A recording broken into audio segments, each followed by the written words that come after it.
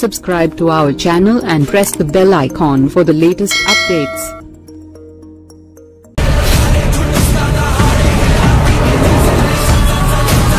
పవన్ కళ్యాణ్ హీరోగా జ్యోతి కృష్ణ క్రిష్ దర్శకత్వంలో ఏఎం రత్నం నిర్మించిన చిత్రం హరిహర వీరమల్లు. ఈ చిత్రానికి సంబంధించిన వాయిదాలు వివాదాలు నెట్టింట్లో ఎంత వైరల్గా అయ్యాయో అందరికీ తెలిసిందే. పలుమార్లు వాయిదాలు వేసుకుంటూ వచ్చిన చిత్ర యూనిట్ ఇప్పుడు చివరగా జూలై 24న సినిమాను విడుదల చేసేందుకు రెడీ అయ్యారు.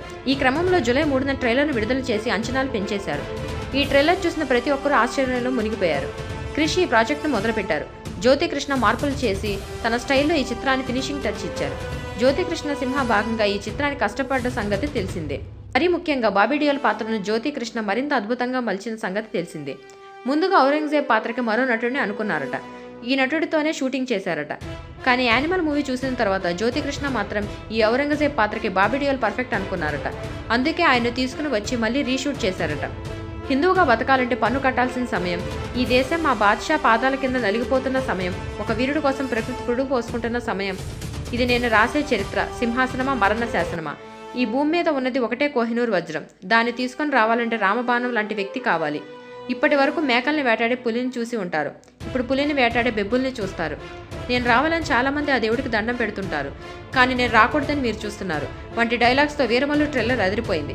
అసలు ఈ మూవీ ఈ రేంజ్లో ఉంటుందని, ఈ రేంజ్లో తీసి ఉంటారని ఎవరూ ఊహించి ఉండరు.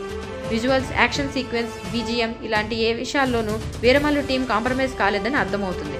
ఇక వీరమల్లు ట్రైలర్తో ఒక్కసారిగా అంచనాలు పెంచేశారు. పవన్ కళ్యాణ్కు ప్రతి షాట్లోని ఎలివేషన్ ఇచ్చినట్టుగానే కనిపిస్తోంది. ఇక ఈ ట్రైలర్ను గమనిస్తే బాబీ డియోల్ డి అంటే డి అనేలా నటించారని అర్థమవుతుంది.